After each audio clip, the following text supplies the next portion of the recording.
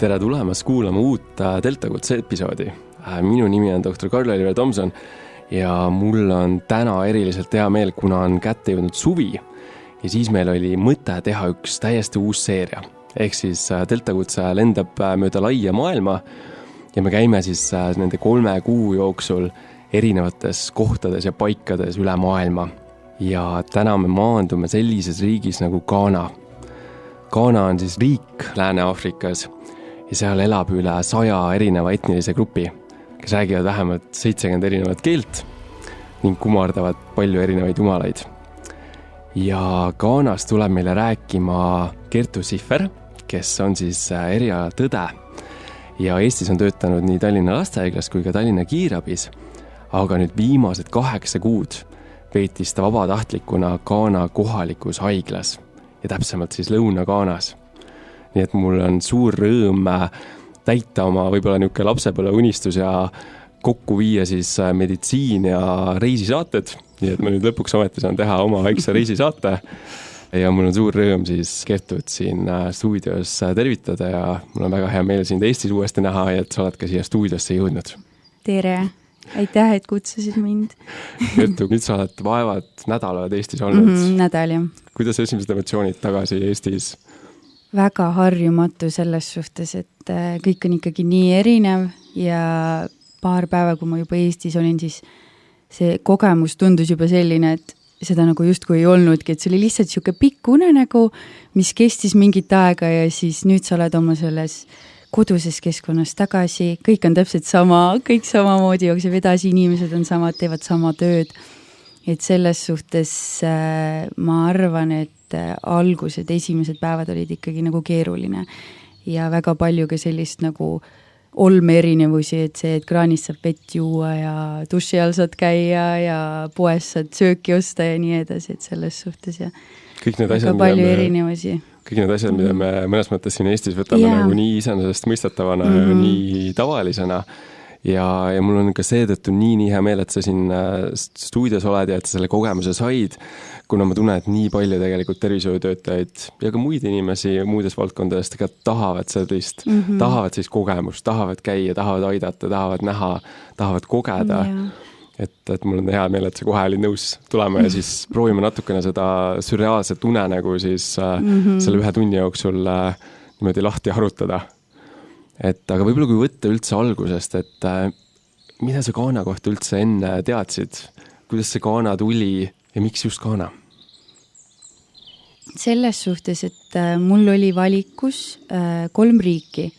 Oli siis Lõuna-Ameerikas Brasiilia, Aasias Vietnam ja Aafrikas Ghana. Mõtlesin, Lõuna-Ameerikasse ma ei lähe, sest et see tundub ikkagi natukene selline veel ekstreemsem. Just selle turvalisuse mõttes. Vietnam ka nagu nii köitev ei tunnud ja siis jäigi see Ghana sinna lauale ja mõtlesin, et okei, et miks mitte.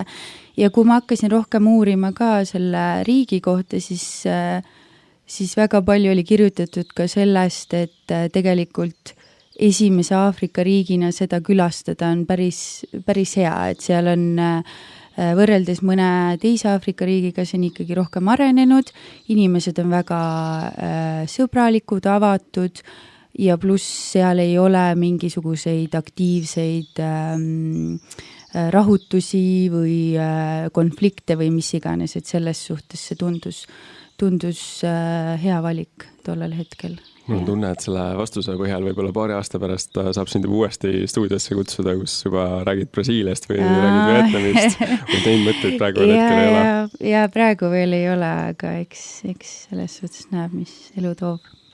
Aga tulles tagasi Ghana juurde, siis keele poolest. Et tõesti, seal on hästi palju erinevaid etnilisi taustaga gruppe, erinevaid keeli, et mis keeles sa said suhelda seal? Inglise keeles suhtlesime selles suhtes, et seal ikkagi suur enamus räägib inglise keelt, mitte küll väga hästi, just vanemad inimesed, et nemad räägivad oma siis seda kohalikku keelt. Aga muidu jah, selline asjaajamiskeel või siis üks riigikeeltest on inglise keel ja siis olenevalt sellest, kus piirkonnas sa pärit oled, siis seda keelt sa räägid, et mis nii-öelda grupist sa siis pärit oled. Et seda kohalikku keelt et kui on mitmed inimesed koos erinevatest gruppidest, siis nagu ei üritatagi, siis need keeled on ikkagi niivõrd erinevad, et üksteisest nagu aru ei saada, et siis on ikkagi inglise keel. Kas sul õnnestus ka mingeid kohalikke keeli õppida, rääkida natukene? Ja et ma elasin tegelikult seal nii-öelda kasuperes, kus mul oli siis ema-isa ja siis oli mõned õed-vennad seal, et nemad ikkagi õpetasid mulle ka seda kohalikku keelt, kuigi nemad ise on ka samamoodi, et väga erinevatest gruppidest pärit, et kes on sealt Kesk-Ghanast, kes on siis lõuna poolt rohkem, et siis jah, see on niisugune sigri-migri seal kõik koos. Aga midagi ma lõpuks ikka rohkem sain aru, rääkida ka natukene, aga aru sain midagi ka. Aga kuidas sa sinna, ütleme, kasupere või kuidas sa jõudsid sinna, et läbi mis organisatsiooni või kuidas sa siit Eestisse protsess alguse sai, et kui sa nüüd otsustasid, et okei, Brasiiliasse, Vietnami seekord ei lähe, läheks just Ghanasse, mis edasi tegid? See Ghana tuli ka tänu sellele, et see pakkumine oli juba üleval, et ega see mul enda nagu peast ei tulnud, et põhimõtteliselt on niimoodi, et siis ma läbisin koolituse, mis on Euroopa Liidu poolt rahastatud. Kõigepealt siis on online platvormil on koolitus, see on väga selline pikk, mahukas, hästi laiapõhjaline, et seal väga vähe on nagu räägitud sellest nii-öelda humanitaarabist või vabatahtlikuks olemisest, rohkem on sellist nagu organisatsioonitööd ja nii edasi. Ja peale seda siis ma käisin Milanos nädal aega, tegin nii-öelda selle näost näkku treeningu, siis mul oli see paber käes ja siis mul oli ligipääs portaali, kus ma sain vaadata justkui nagu CV-keskuses vaatad tööpakkumisi, aga ma olin seal portaalis ja siis vaatasin neid ja siis sealt jäi see projekt silma, et otsitakse õde ja sealt siis ma valisin selle Ghana ja nii see läks, võtsin organisatsiooniga ühendusse, vahendaja oli siis Saksamaa organisatsioon, võtsin ühendust, meil oli intervjuu, rääkisime, et kus ja mida ja et kas ma olen nõus siis elama ka maapiirkonnas, vahetusperes, et võib-olla linnapiirkonnas, kui sa oled vabatahtlik, siis on nagu lihtsam elada üksi, aga et maapiirkonnas siis ikkagi kuskil peres. Ja siis ütlesin, et jah, et okei. Kauplesime seal natukene, et kas 6 kuud või aasta ja siis ma ütlesin, et ma ei taha väga nagu jääda rohkem kui 6 kuud, aga lõpuks ma olin ikkagi rohkemaks nõus. Ma ütlesin, et okei, käime ära, et ei otsi endale enam vabandusi. Väga vinge. Ja kuidas ütleme, võta siis meid kaasa oma siis rännakule, et sa startisid Tallinnast. Ma kujutan ette, et Ghana pealinn on Accra, et sa lendasid siis Accrasse, et siis Lääne-Aafrikas, et kujutad ette siis inimestele, et on siis rohkem jääb sinna siis nagu Ameerika poole või Atlandi ookeani poole. Mis Accrast edasi sai, et kus sa siis läksid? Kaugel see küla oli? Meil oli siis esmalt ma jõudsin Accrasse, siis meil oli selline nädalane laager seal, kus me siis tutvusime üksteisega, et meil umbes, ma arvan, et oli kuskil 12 vabatahtlikku, kes kokku tulid. Mina olin ainuke Eestist ja ülejäänud siis olid Saksamaalt või Austriast. Siis meil oli nädalane laager ja siis reedesel päeval siis ma sõitsin pealinnast 80 kilomeetri kaugusele. See on siis koht nimega Tuakva, kes tahab järgi vaadata, et sõitsin sinna ja 80 kilomeetrit me sõitsime peaaegu 5 tundi.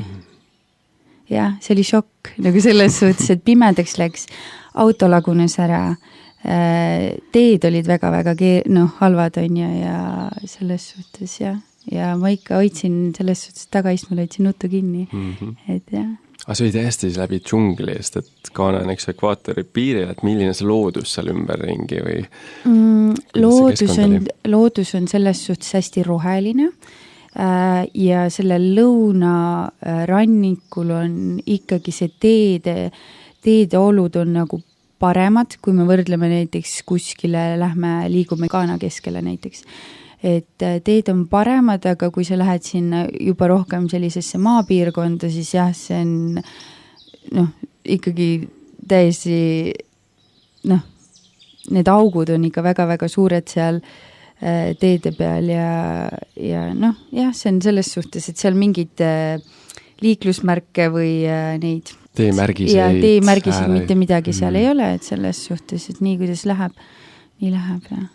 Nii et, aga kas sa siis veetsidki need ülejäänud 8 kuud seal 80 kilomeetri kaugusel, aga siis 5 tunni, ütleme, autosõidu kaugusel? Yeah. Ja selles linnas, mille nime ma kardan juba hääldada. Ja seal ma olin, ma ei tea, nad ütlevad küll, et see on linn, aga minu arust on ikkagi küla, et seal ei ole poodi. Seal ei ole, selles suhtes seal ei ole mitte midagi, et ongi see haigla ja rehabilitatsioonikeskus, kus ma siis töötasin, aga muud nagu mingid sellist, mida me peame nagu linna all silmas, seda seal ei olnud. Palju seal inimesi elas või elab? Keegi ei ole kokku lugenud. Ma küsisin ka kohe esimene päev, et mis see rahvaarv on, siis me üritasime seal kuidagi arvutada nende laste arvu järgi, et palju seal koolides käib, et siis me saime võib-olla siuke mingi 5-6 tuhat. Niimoodi umbes, jah.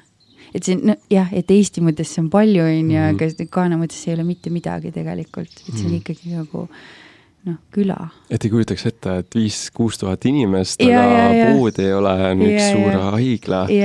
Või milline see haigla oli, et Eesti on mingi võrdväärne suuruse mõttes, et palju seal... See oli natukene nagu selles suhtes ka laiali valgunud, et on üks suur ala, siis mis on aiaga piiratud ja siis seal on erinevad majad. Et iga osakonna jaoks on siis põhimõtteliselt erinev maja ja siis on see rehabilitatsioonikeskus on veel eraldi. Et ma ei oskagi öelda sulle mingit võrdlust. Nii teistsugune ülesõitus ja teistmoodi, et... Ja. Et selles suhtes, ja see on mägine ka, et kui sul on vaja nagu kuskile ruttu minna, siis sa pead mäest üles jooksma kogu aeg. See on ka siuke, jah. Et saab sammud, saab ilusti täis. Väga huvitava koha peale selles suhtes ehitatud, et seal nagu mingisugust patsiendi turvalisust või mugavust nagu ei ole nagu väga silmas peetud, sest et nad tulevad nende mingite mootorrataste või millegagi ja siis tead vaatad seal emo ees juba, et keegi sealt mäest alla nagu ei kuku, et selle peale nagu tollel ajal ilmselt ei mõeldud ka, et lihtsalt oli vaja mingisugust haiglat kogukonda, sest et see on ikkagi niivõrd kaugel teistest kohtadest, et ei ole seda meditsiiniteenuseid ei saa kuskilt. Üks asi, mis mind alati Aafrika juures paelub, on see multikultuursus ja see erinevad etnilised grupid ja see, kuidas need riikide piirid on tegelikult lihtsalt kaardile joonlavaga või tõmmatud, arvestamata mingeid etnilisi kuuluvusi ja selline koloniaalajastu nagu see ajalugu on nagu hästi tugev seal või selle, ütleme, niisugused tagajärjed. Kas see küla, kus sa olid, kas seal olid rohkem nagu ühest etnilisest grupist inimesed või seal oli ka ikkagi väga palju erinevaid? Kuna just nimelt selle haigla ja rehabilitatsioonikeskuse tõttu on seal tegelikult ikkagi päris palju erinevaid spetsialiste tulnud kokku üle Ghana, et siis seal on ka nagu erinevad etnilised grupid ja kõigil on siis mingisugused erinevused keeles, traditsioonides ja nii edasi, et kes kuidas midagi näeb, on ju. Et ma ütleks küll, et pigem võib-olla kui võrrelda mingisuguse teise külaga, kus ei ole siis haiglat või ei ole siis seda keskust, on ju, et seal oli võib-olla seda erinevust rohkem, et oli erinevaid inimesi igal poolt üle Ghana siis põhimõtteliselt koos.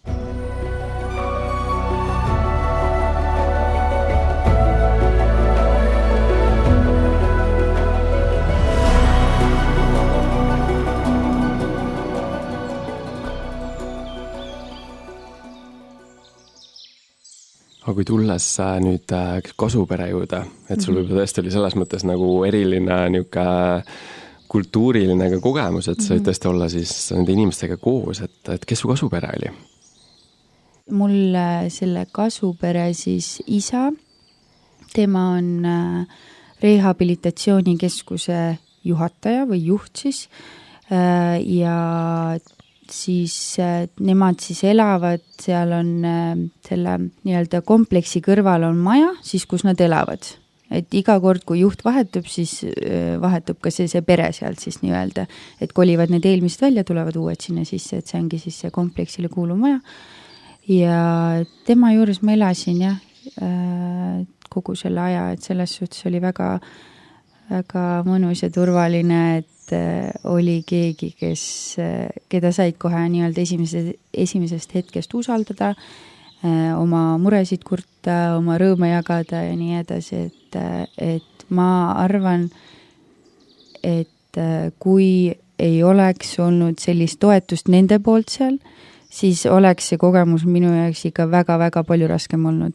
Et just see, et sa lähed täiesti võõrasse riiki, kultuuri, teisele poole maailma, kliima on teine, toit on teine, kõik on nagu nii erinev ja sul pole mitte kedagi. Ja sa täiesti nullist alustad oma inimsuhteid ja kõike seal, et selles suhtes on väga hea meel, et nad nii hästi mind vastu võtsid ja aitasid mind kogu selle aja vältel, et jah. Ja, selle peale tõuseb juba endal ka pulss üles. Jaa, ongi, hirmus on, jaa, väga hirmus on selles suhtes. Et kui ma alguses läksin ka, siis ma ikkagi,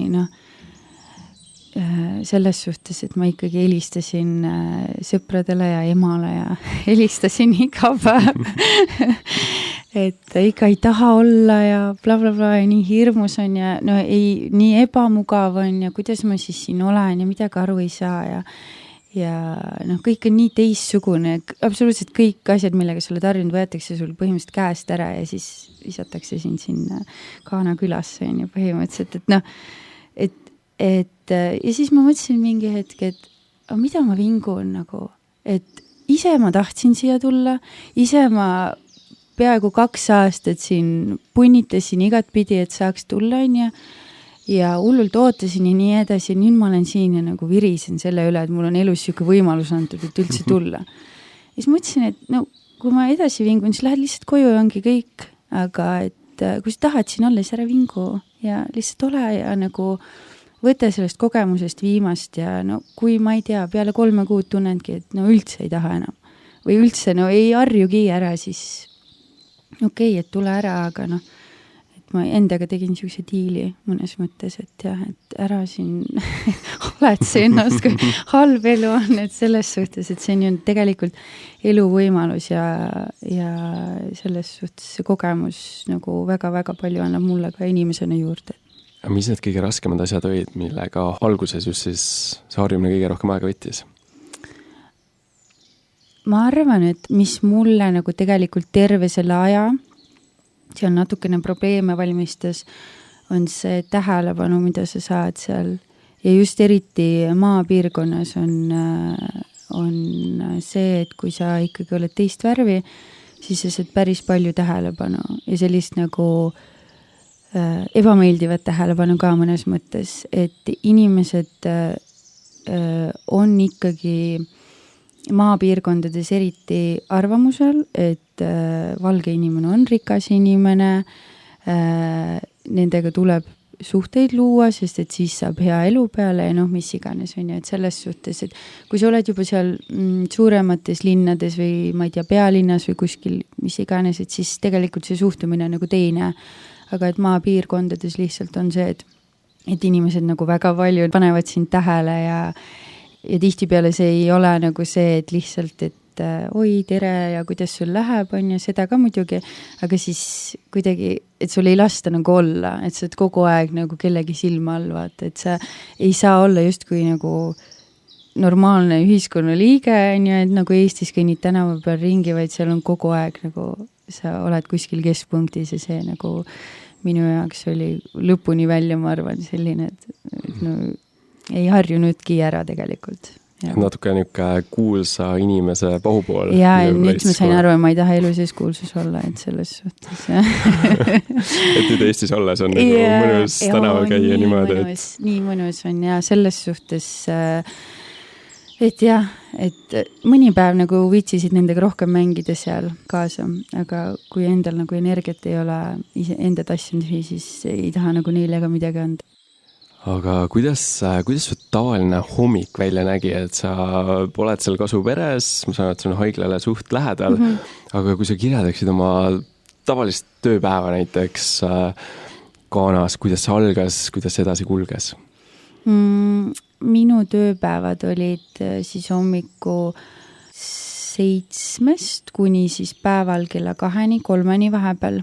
Et hommikud siis tavaliselt algasid sellega, et me läksime siis saali, kus siis toimus selline nagu, kuidas mitte jumalateenistus, aga koos me palvetasime, laulsime, lugesime piiblit, nii edasi. Ma küll usklik ei ole, aga ma leidsin lõpuks ka mingisuguse võlu selles enda jaoks, et sa seal pool tundi istud, tihtipeale silmad kinni on ja, et inimesed on seal silmad kinni, kui nad oma palveid loevad. Ja mitte see, et sa loed ka palveid, vaid just see, et sa kuidagi nagu häälestad ennast natukene. Ja just eriti alguses see väga aitas mind, see pool tundi hommikuti ma istusin seal ja mõtled, et jaa, täna tuleb hea päev, sa saad hakkama, et nagu jah, et selles suhtes väga-väga mõnus, et hommikuti siis pool tundi umbes seda ja siis olenevalt sellest, kus osakonnas ma parasjagu olin, siis läksin sinna ja siis selle 8 kuu vältel siis ma roteerusin erinevates osakondades, et kõigepealt ma alustasin seal rehabilitatsioonikeskuses, kus on siis puudega lapsed peamiselt ja siis neile tehakse seal füsioteraapiat, seal on vaimse tervise keskus on ka ja siis edasi ma liikusin Orbude kooli, seal ma olin ka mõnda aega, õpetasin lapsi ja peale seda siis ma läksin haiglasse erinevatesse osakondadesse, et jah, sellest suust väga vaheldusrikas, et sellist rutiini nagu otseselt ei tekkinudki, et jah. Natukene sa religiooni puudutasid, et kas seal on siis kristlus, on see domineeriv religioon, mis Ghanas on ja siis seal külas siis samamoodi? Kristlasi ja kuskil 80%, ülejäänud on siis tavapäraselt siis moslemid. Aga et ei ole mingisugust konflikti, et nad suudavad koos eksisteerida rahus, et selles suhtes on jah. Tore on nagu näha, et samamoodi seal külas ka, et tegelikult oli väga palju moslemid ka, aga ei ole nagu mingit probleemi, et keegi kelle nüüd tahaks midagi teha. Et. Kui võtta see su teekond ka veel natukene lahti, et sa rääkisid, et sa olid Orbude koolis, et tead, sa töötad lastehaiglas, kuidas see emotsionaalselt oli, et see taust kuidagi kõlab väga kurvalt, et kuskil Ghanas, väikses külas, Orbude kool, et kuidas see emotsionaalse poole pealt oli? Raske selles suhtes, et väga keeruline oli ja just see ka, et tihtipeale nii paljud asjad jäävad nagu raha taha. Näiteks üks näide, et meil oli seal koolis oli laps, kes juba, ma ei tea, 3 nädalat köhis niimoodi, et kole oli kuulata ja vaadata ja mingi päev siis ta oli siuke täiesti loid ja nii edasi ja ei saa haiglasse viia, sest raha ei ole. Ja siis lihtsalt saatsimegi ta sinna nii-öelda sellesse majutusse tagasi, kus need siis kasvatajad on. Ja selles suhtes, et sul tekib selline nagu abituse tunne natuke, et sa saad täpselt nii palju teha, kui sa saad ja siis mingist piirist sa enam ei saa nagu üle astuda, et ongi, neil on ju omad nii-öelda reeglid seal, kuidas nad asju teevad, omad kokkulepped on ju, et nemad nagu kõige paremini tunnevad seda keskkonda ja neid süsteeme ja nii edasi, et sa mõtled küll, et sa tuled ja et kuidas siis nii ei saa ja et kuidas siis laps ei lähe haiglasse, kui on ikkagi nii ja nagu see on nende jaoks nagu normaalsus, aga mul oli ikka nagu väga keeruline oli just laste nagu poole pealt, et ja kuidas sellel on nii palju tahke see valuravi ja kõik nii edasi, mida me hästi prioritiseerime siin Eestis on ja see on täiesti põhimõtteliselt olematu on ju, et jah, selles suhtes laste poole pealt oli väga keeruline. See kõlab küll jubedalt, eriti sul oma eriala eksperdina, sa tead täpselt, mida võiks teha, mida sa ju Tallinna lastehaiglas teeksid ja mis võimalused on ja siis sa lihtsalt ei saa nagu sekkuda. ja lõpuks see Orbude kooli laps, ta surigi ära. Täiesti niimoodi, et ta surigi ära ja sa ei saagi mitte midagi teha nagu, sest et ongi, et ise nagu pakkuda mingit majanduslikku toetust või abi, see on ka justkui nagu vale, et me rääkisime sellest nagu kodus ka selle pereisaga, sellepärast, et siis tekibki see eelarvamus, see juurdub veel, et valge inimene tuleb, tal on raha, nii edasi, et tegelikult mille poole nad hästi püüdlevad, on see, et need kogukonnad saaksid ise hakkama endaga, et oleks seda just seda nagu jätkusuutlikkust ja niisugust perspektiivi, et teeme mingisuguseid selliseid asju, mis on kauakestvad ja nii edasi, et ei ole see, et keegi peab kogu aeg tulema ja annetama ja maksma ja nii edasi, et jah, et see, et sa nagu lähed ka sinna vabatahtlikuna, et sa pead nagu hästi seda ka arvestama, et mis nagu image'id sa lood sellest nii-öelda siis teisest maailmast, et kas sa siis juurutad neid arvamusi või siis sa üritad neid nagu natukene ümber lükata. Ma kujutan ette, et see kiusatus kogu oma pangakonto kohe tühjaks teha ja aidata neid on nii suur. Muidugi selles suhtes, jah. Ma ise ka kõikidele soovitan väga lugeda sellist raamatut nagu Africa is not a country, mis just räägib ka sellest, kui uhked tegelikult afriklased on erinevate siis see rahvaste arm, see on seal metsik, aga tegelikult ka, kuidas nad võitlevad täpselt see sama stereotüpiseerimise vastu, millest sa ka rääkisid, et nad on uhked, nad tahavad ise hakkama saada ja nad püüdlevad sinna suunas. Aga see on nagu ütleme niisugune suure süsteemi nägemine. Kui sul on see laps silme ees, siis see on muidugi emotsionaalselt kindlasti väga raske. Ja selles suhtes ongi see, et samamoodi nagu neil on eelarvamused meie kohta, on ju meil nende kohta, et see mõlemad pidi tegelikult käib, et väga paljud minu nii-öelda eelarvamused sinna minnes said nagu ikkagi ümber kummutatud. Ja ikkagi ise ka nii palju kui oli, siis energiat ei jaksu vahepeal kellegi, kes pikemasse vestlusesse langeda, siis ikkagi üritad neile selgitada ka, et ei ole päris kõik nii, et me siin riisume raha kokku siin tänava peal ja siis lähme poodi, et samamoodi me näeme vaeva ja teeme tööd.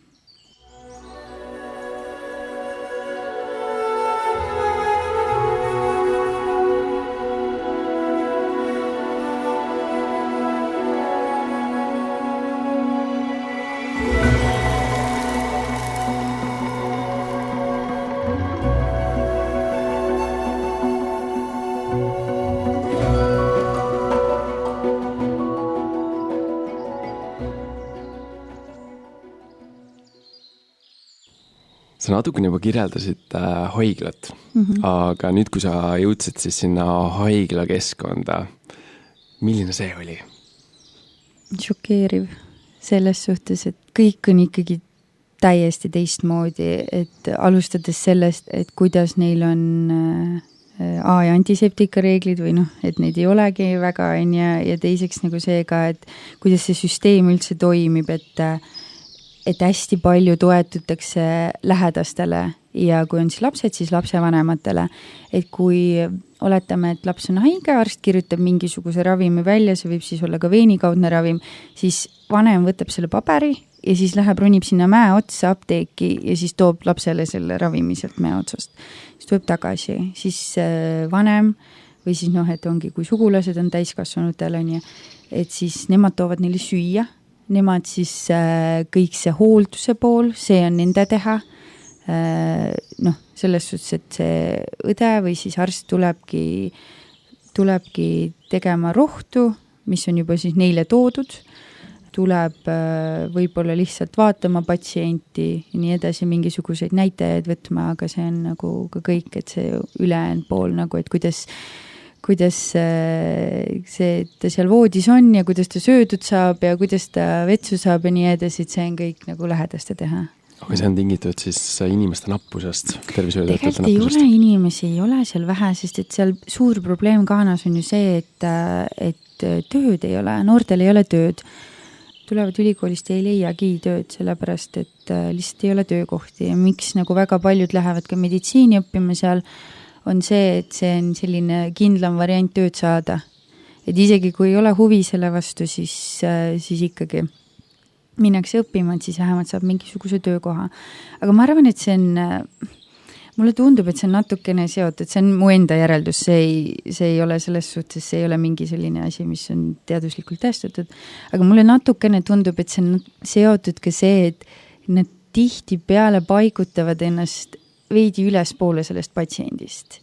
Et kuidagi nagu see suhtumine on veidi selline, et sina siis, kui meditsiinitöötaja oled kõrgem ja siis see patsient on seal nii-öelda seal madalamal ja sina nagu neid protseduure ei tee, ja sellist töötajat ka nagu hooldaja näiteks sellist ei ole, et sina nagu õene või arstina siis nagu neid asju ei tee, et sa oled ikkagi natukene nagu level kõrgem, et sina ei pea nagu selliste asjadega tegelema. No lihtsalt on sellest suhtes ka vastuvooluujujaid seal, et kes teevad neid asju, aga et enamjaolt see suhtumine on jah nagu selline, et ma ei tea, kui kellelgi juhtubki mingi õnnetus lapsel või midagi, siis öeldakse seal lapsevanemale, et korista neid ruttu ära.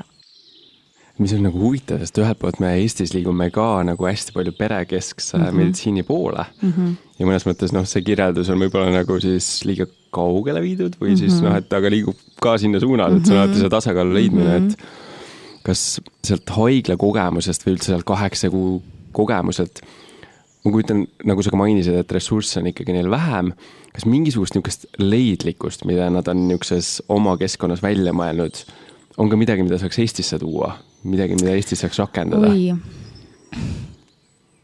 Ma kohe niimoodi võib-olla ei oskagi öelda, ma väga palju asju nägin seal küll, nagu mis ma ütlesin, et võib-olla, aga meil on ka see, et nemad teevad see leidlikkus tuleb tihtipeale selle nagu arvelt, et see ei ole puhas. Et aga meile on see, just see nagu puhtus on väga-väga oluline, et jah, selles suhtes, et aga nad teevad väga palju käsitööd, kõik need mingid siuksed tutikud nad pakivad ise,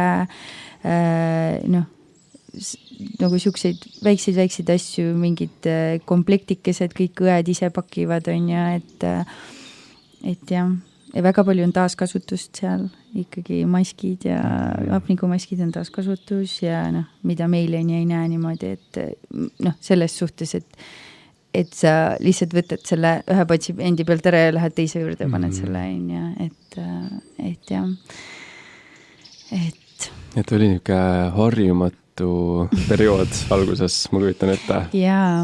Ja oligi selles suhtes, ma veel ühte õde kiitsin seal, ma mäletan, ma olin seal mingit aega, olin EMO-s juba töötanud, ja siis ta tuli tööle ja siis ta hakkas selle testlapiga neid laudu tessima. Ja siis ma vaatasin, mis asja, vaata, keegi ei ole kunagi teinud seda, ma ei teadnud, et sellised asjad siin on.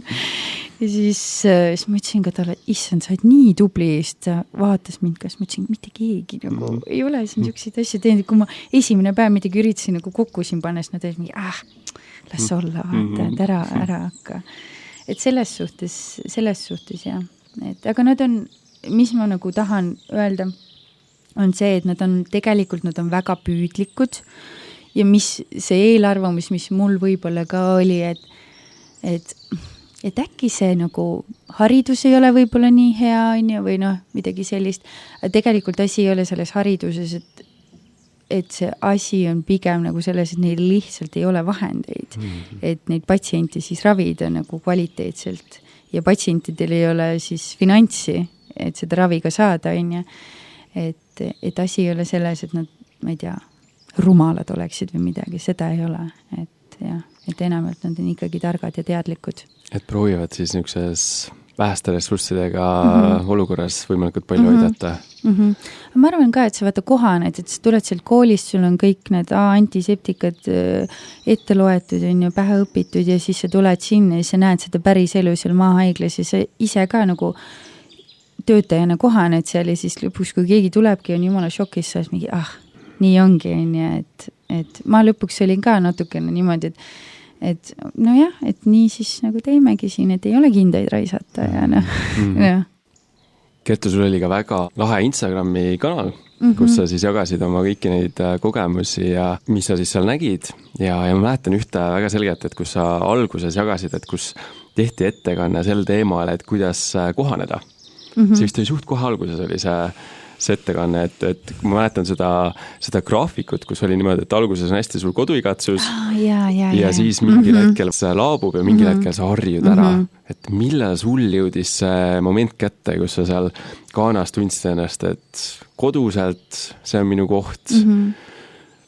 Selle graafiku peal oligi, et see, et sul on esmalt on see kultuurishokk, siis tuleb sul selline honeymoon, et see oli selline hästi, kõik on nii lahe, kõik on nii tore, ma arvan, et see oli selline 3 kuud mul. Ma just täna siia tulles lugesin oma seda päevikut ka, mis ma pidasin, 3 kuu pealt oli, need sissekanded olid väga lõbusad. Ja siis ma arvan, et selline 6 kuud oli see, et mida see on kodu, et ma tunnen ennast siin, see on minu pere, siin on minu sõbrad, töökoht, kõik asjad, et sa juba tunned, sa tead, kus mis toimub, on ja kuidas asjad käivad. Ma arvan jah, siuke pool aastat umbes. Ja siis ei olnud, siis mul tuligi pool aasta pealt, mul tuli pere külla. Nad olid täiesti šokis. Seal niimoodi elanud olen. Ja siis mul ema ütles ka, et ma nüüd saan aru, miks sa nutsid.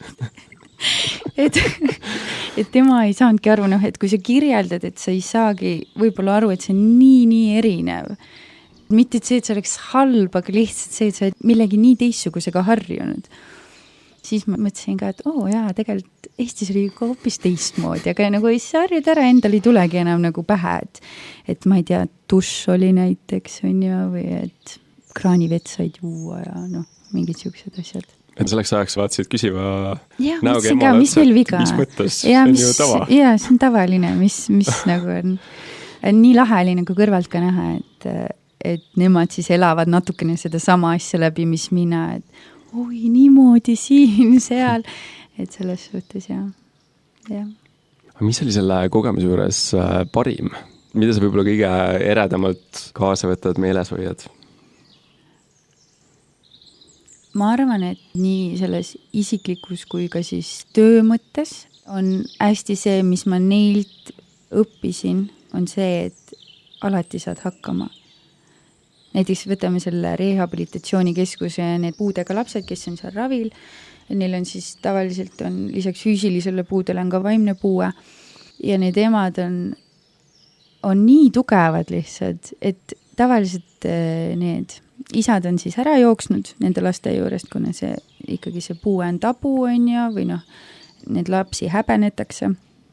Ja see, et kuidas nad tulevad iga päev, esmaspäevast reedeni, 6 tundi päevas, teevad oma selle röökiva lapsega, teevad seal füsioteraapiat ja motiveerivad neid ja nagu nad on nii tugevad isiksuselt ja sa mõtled, et nagu kui nad saavad niimoodi hakkama, siis nagu ma saan ka hakkama, et see, mis ma nagu õppisin enda kohta, on see, et ma olen tugevam, kui ma ette kujutsin või kui ma iseendast nagu arvasin. Ja ma arvan, et seda tuli ka väga palju seal juurde, neid inimesi need nagu väga inspireerisid. Et ükskõik, mis olukord nad ütlevad, we will manage. et see võib olla täiesti kriis. Nad on alati, ei, kuidagi saame hakkama. Et jah, ei ole see, et appi. Et jah, saame hakkama. See on hästi motiveeriv ja inspireeriv.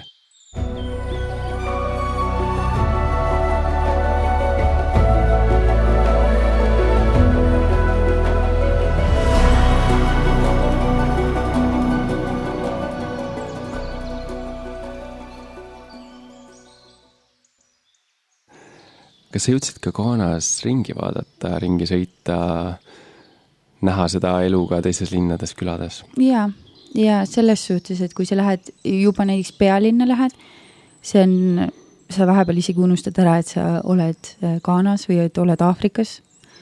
Näiteks, et ikkagi väga luksuslikud restoranid, supermarketid, kaubanduskeskused, et see on nii erinev, et sa natukene sõidad siis seal pealinnast välja, et siis sul on siuke täielik vaesus, inimestel ei ole söögirahagi, ja siis sa lähed kuskile sinna võib-olla rohkem mere äärt ja siis inimesed elavad rohkem nagu turismielu, turistidele suunatud mingisugused hotellid, asjad, väga palju ilusaid kohti on tegelikult. Et see on jah väga-väga erinev. Kuna see on ikkagi reisisaade, siis ma arvan, et paljudel kuulajatel on kindlasti tekkinud tunne, et see Ghana on väga huvitav, põnev koht, kuhu ise reisida. Et kui sa oleksid, ütleme, kui ma tulen su juurde, et ma tahaks väga minna siis külla Ghanasse, aga ma päris 8 kuud ei oleks ise, kuhu sa soovitaksid minna, kuhu sa soovitaksid sõita? Ghanas siis? Ghanas. Ma tundub, et see on isikliku laadi küsimus sulle. Aga kindlasti soovitaks külastada Põhja-Ghanat, sest et see on Lõuna-Ghanast niivõrd erinev, et need inimesed on seal väga-väga erinevad, see loodus on seal väga erinev ja üldse kuidagi, see on täiesti siuke tunne, nagu see oleks teises riigis. Ja siis mööda rannikujoont käia. Seal on erinevad rahvuspargid, rannad, selles suhtes vaadata on väga palju ja mis me näiteks tegime oli ka see, et ma viimaseks nii-öelda reisiks siis jätsingi Tehisjärve piirkonna, et me läksime sinna, seal on mäed ja siis me matkasime seal 5 päeva, et see oli ka väga lahe. Et kui on matkahuviline keegi on, siis sealt leiab ka tegevust. Võib-olla Kertu, sulle oli õigus, et see natukene oli isikliku laadi küsimus. Ma võib-olla juba ostan siin lennupileteid, aga mitte hetkel. Kas sul on soovitusi? Kindlasti osad tahavad Ghanasse minna, aga osad tahavad pärast selle episoodi kuulamist ka minna ise humanitaarmissioonile. Mis sa neile ütleksid või läbi mille sa soovitaksid neil seda võimalust uurida? Tegelikult on ilusti olemas seal Euroopa Solidaarsuskorpuse lehel on olemas, sa saad ennast registreerida seal kasutajaks ja saad hakata seda kursust nokitsema seal. Ja seal on kõik sammud on olemas, kus ja mis, et tegelikult kui sa tahad minna niimoodi, et see on rahastatud, et sa ise ei peaks sinna finantsi panema, siis mõistlik on selle kaudu minna. Ja kui sa tahad kiiremini minna ja on võimalik maksta ka enda eest, siis saab kuskilt lihtsalt kirjutad mingisugustele MTÜ-dele. Et meil Eestis on üks olemas, Mondo, ja tegelikult samamoodi ka välismaa MTÜ-d võtavad siis sind vastu ja suunavad siis sind edasi. Kui sa olid 6 kuud seal olnud ja ütlesid, et see oli saanud juba koduseks su jaoks 8. kuul, kui sa nüüd tagasi Eestisse tulid, mis emotsioonid siis valdasid 2 päeva enne, kui sa pidid oma kodukülast lahkuma? Ma arvasin, et ma olen emotsionaalsem, kui ma lahkun, aga lihtsalt oligi nii palju sellist sagimist, siis ma võtsin väga palju mingeid kodukootud asju sealt kaasa ja nii edasi. Ja siis me tegime väga palju ettevalmistusi ja ma arvan, et see tulemine, see oli nii palju planeerimist ja sellist toimetamist, et kui ma nüüd Eestisse lõpuks jõudsin, siis ma mõtlesin ka, et appi, aga need inimesed on ju seal, et nagu neid ma ju väga-väga tegelikult igatsen, et Eestisse tulles ma arvan, et natuke on see ka, et nii kaua sai oodatud ja mõeldud selle peale, et nüüd on selline, et aga mis nüüd edasi, et siuke tühi tunne natukene on sees, et jah. Ma tunnen, et sa mingil hetkel liigud sinna tagasi, kas võigi ainult külla, aga... Ja ma selles suhtes, et ma ikkagi kindlasti tahan uuesti sinna minna, sest et nende inimestega need said tõesti mu teiseks pereks ja pluss on nagu see ka, et see Ghana nagu riigina on ka väga, väga ilus tegelikult seal reisida. Ja see minu meelest on ka, ütleme, teistes kohtades elamise ja sagedaste reisimiste nii hea kui ka see pahupool, et sa tõesti tunned, et see kodu definitsioon laieneb mitmesse kohta üle maailma, mitte ainult ühte kohta. Ma just üks päev mõtlesin, et tegelikult nii lahe on mõelda, et kui ma ei oleks sinna läinud, mul ei oleks neid inimesi enda elus praegu. Ja nad väga olulist rolli mängivad minu elus praegusel hetkel ka, et see on lihtsalt, kes iganes mõtleb selle peale, et kas minna või mitte minna, siis ega mul oli väga-väga hirmus. Ma ütlen ausalt, see on nagu see, et mul sõbrad ütlesid ja pere ütles ka, et issand jumal, sa oled ikka nii julge ja mõtlesin, ma ei ole julge, ma räigelt kardan, nagu täiega kardan, aga lihtsalt tuleb minna, nagu tuleb midagi teha, onju. Et kui sa jääd oma sinna hirmu taha kinni, siis sa ei jõuagi nagu kuskile. Et jah, et kes vähegi mõtleb, siis kindlasti ma väga-väga soovitan. Kas sul oli seal veel välismaa vabatahtlikke või olid sa nii-öelda välismaalastest ainukesena seal? Esialgu ma olin oma seal külas, olin kuskil, ma arvan, et see oligi mingi 4 või 5 kuud olin ma täiesti üksi ja siis peale seda tulid siis 2 Saksamaa vabatahtlikut. Aga üle Ghana on nagu väga-väga palju vabatahtlikke, et kui sa tahad reisida või kellegiga suhelda või mis iganes, siis on selles suhtes, et neid gruppe ja käimisi, olemisi on väga palju. Ja. Üks väga lahe asi, mis alati reisisaadete juures on see, et vahepeal lastakse ka siis antud riigi muusikat. Aga kuna on olemas sellised asjad nagu autoriõigused, siis me kahjuks ei saa seda siin kasutada. Aga Kertu lubas kokku panna Ghana Spotify playlisti, mida me siis kindlasti sotsiaalmeedias ja mujal jagame, et anda natukene edasi seda Ghana siis kultuuri, seda tunnetust. Ja Kertu minu meelest ütlesid enne nii ilusti, et need rütmid sobivad ka väga hästi suvisesse Eestisse. Jaa, täpselt.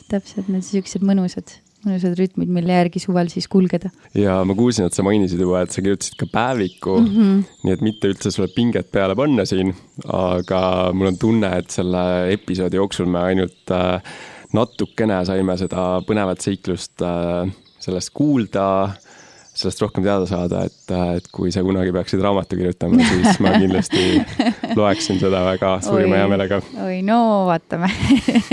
Minu Ghana, Kertu Sihver. Kõlab juba minu meelest päris hästi. Ja sellega ongi esimene siis reisisaade Deltakutse Ghanas läbi, aga meil tulevad veel palju põnevaid kohti. Ma võin juba öelda, et järgmine kuu me reisime Deltakutsega Lõuna-Aafrika Vabariiki.